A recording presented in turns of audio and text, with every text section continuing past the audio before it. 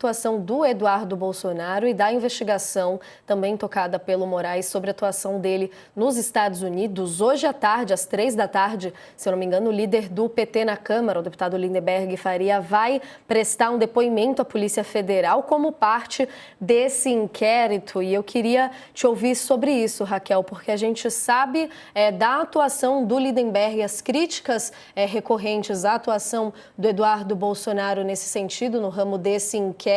E o próprio Lindenberg já disse que tem uma série de documentos que comprovam esse tipo de atuação do Eduardo Bolsonaro por lá. São avaliações, são questões que vão se sobrepondo aqui agora, envolvendo basicamente os mesmos personagens, né? O que a gente pode esperar desse depoimento, especificamente do Lindenberg, e do andamento também desse inquérito contra o Eduardo Bolsonaro?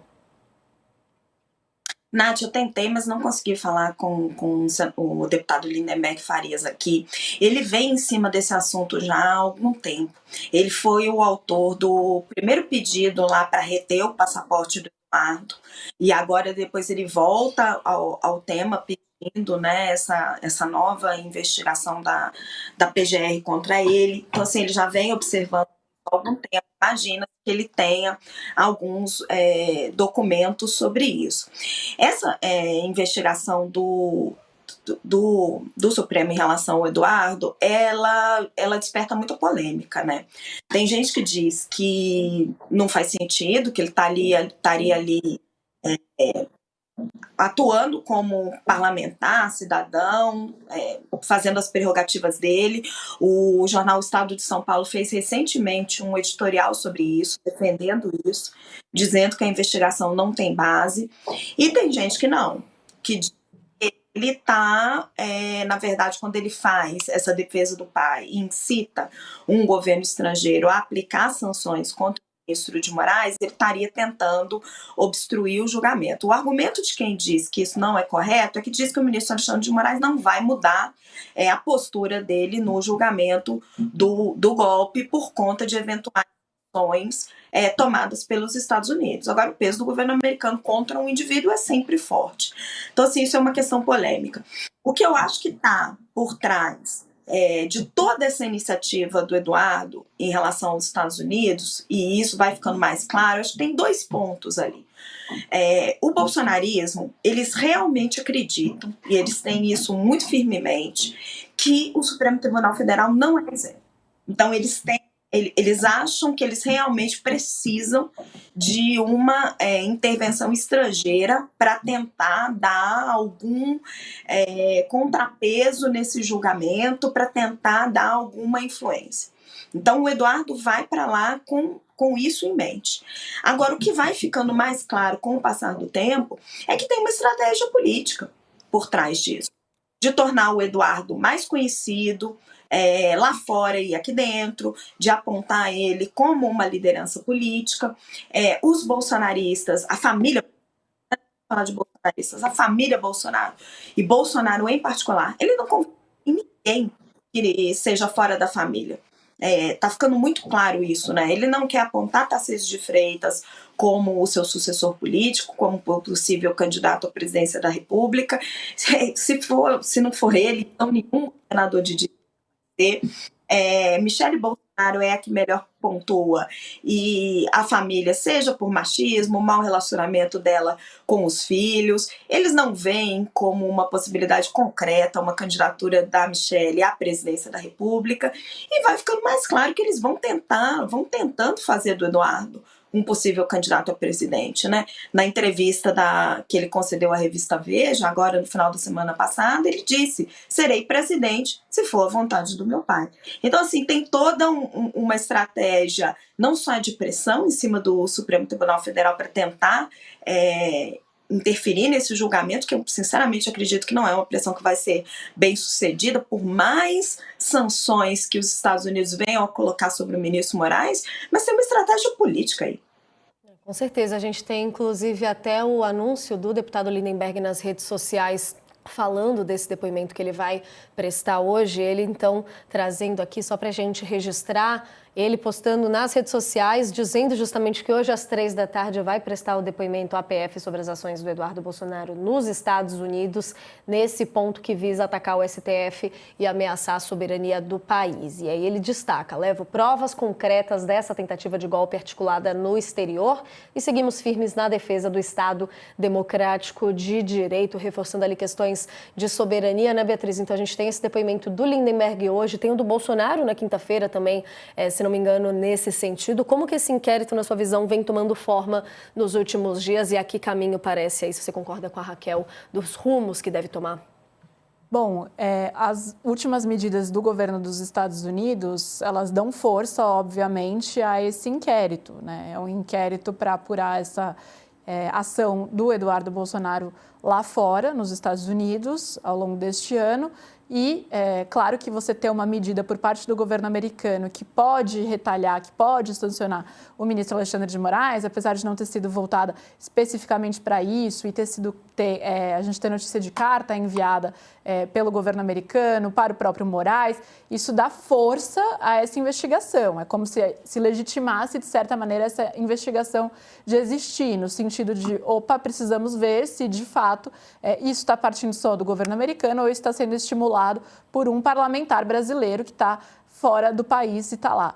Agora, essa leitura da Raquel de que há uma linha política, né, uma estratégia política muito mais, talvez, do que a estratégia de conseguir, de fato, uma pressão por parte dos Estados Unidos, eu acredito que é a melhor linha para analisar o que está acontecendo agora, porque sim, o clã Bolsonaro, né, espera que venha algo dos Estados Unidos. Tem uma entrevista do Bolsonaro para o jornal Washington Post no início desse ano, em que ele se mostrava frustrado por ainda não ter tido nenhum sinal do governo Trump de apoio a ele. Mas ele mesmo e os familiares sabem que, a despeito de algo por parte do governo americano para cima do Moraes ou para cima das Big Tech, isso podendo tangenciar ali o próprio Alexandre de Moraes, ele não consegue reverter a decisão da justiça brasileira. Isso não vai mudar o fato de ele estar inelegível aqui. Isso pode servir para, certamente, exercer pressão, isso pode servir para uma narrativa política, mas isso não vai mudar o quadro jurídico do Bolsonaro hoje no país. E eu acho que em diferentes entrevistas o Bolsonaro acaba explicitando isso. Então, esse movimento do Eduardo fora do país é para conseguir essa pressão? Sim, mas se eles sabem que isso mesmo dificilmente muda o cenário do pai, né, do Jair Bolsonaro, então tem muito mais a ver com essa tentativa de impulsionar politicamente o Eduardo Bolsonaro. Eu acho que é um pouco por aí. Uma estratégia sendo criada ali. Vou querer mais uma fala sua também, Raquel, mas antes a gente só vai para um rápido intervalo para quem está acompanhando a gente na TV e a gente segue no YouTube. Raquel, acho que até para a gente dar um passo atrás e fazer essa leitura como um todo, quando a gente está falando aqui até de ataques a juízes, ataque à corte, muito se fala de como os Estados Unidos é quase que um sinal do que pode vir a acontecer no Brasil, de que sempre existe ali algum delay quanto a políticas, quando a gente vê até desse espelhamento do Bolsonaro no Trump. Como que a gente pode fazer uma leitura geral para amarrar aqui essas articulações, uma vez que fica aí nessa expectativa que a Bia estava trazendo para a gente, do bolsonarismo querendo uma sinalização do Trump, mas não necessariamente uma prioridade para eles. Isso vem mudando com esse tom subindo ou não? Olha, Natália, se a gente for traçar dois paralelos, é o seguinte: os Estados Unidos e o Brasil hoje, eles têm realidades muito diferentes, porque a gente tem arcabouços jurídicos muito diferentes. Donald Trump não estava inelegível, né? Então, Donald Trump foi o candidato e se elegeu novo presidente dos Estados Unidos. O Capitólio, a despeito de tudo que tem acontecido, né? Aqui no Brasil é muito diferente. Jair Bolsonaro está inelegível e, assim, apenas uma hecatombe faria ele estar nas urnas em 2026.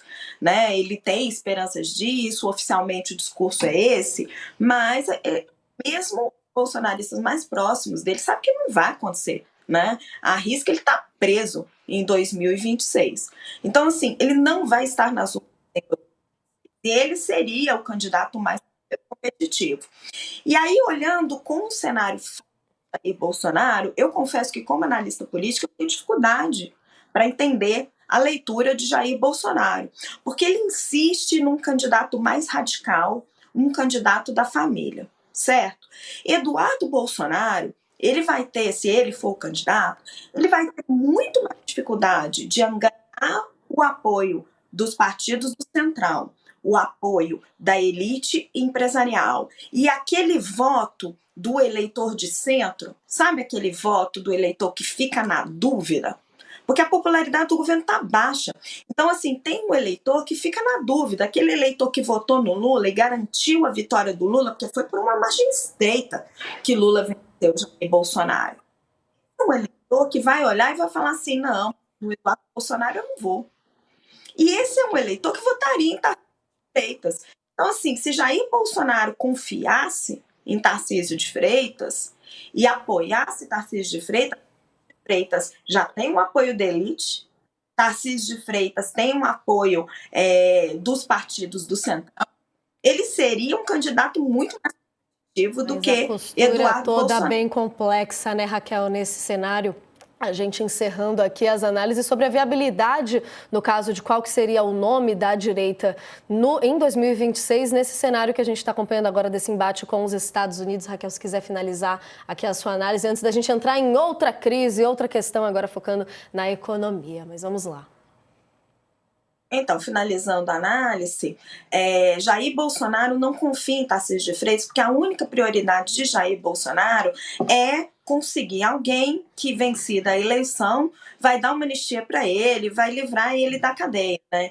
E ele não confia em Tarcísio de Freitas porque ele sabe das ligações que o Tarcísio de Freitas tem com o STF e tem com os partidos do Centrão, porque do ponto de vista eleitoral, não faz muito sentido. Se a prioridade de Jair Bolsonaro fosse eleger, fosse a vitória em 2026, ele não iria com Eduardo Bolsonaro, ele iria com Tarcísio de Freitas. Pode complementar rapidinho, Bia. Eu acho que eu quero complementar aqui, porque não faz sentido do ponto de vista eleitoral, mas eu acho que na entrevista que ele deu ao UOL, Raquel, para o Josias e para a Carla Araújo, fica um pouco escancarado que o que ele está preocupado é não se esvaziar, né? Então, assim, a meu ver, né, a partir do momento em que se estabelece, vamos supor, o candidato da direita vai ser o Tarcísio de Freitas, ninguém mais vai lembrar de Bolsonaro no sentido de o Tarcísio vai continuar sendo uma cria do Bolsonaro, vai dever essa deferência a ele, mas assim, virou, né? Aí todo o establishment que se formar em torno do Tarcísio não vai mais pensar em Bolsonaro, aliás, vai achar bom, né, que Bolsonaro não é o candidato e tem um candidato um pouco mais, que respeite um pouco mais tanto as regras do jogo como as regras civilizatórias, digamos assim, né, de trato das pessoas, etc., né, algo que o Jair Bolsonaro despreza um pouco.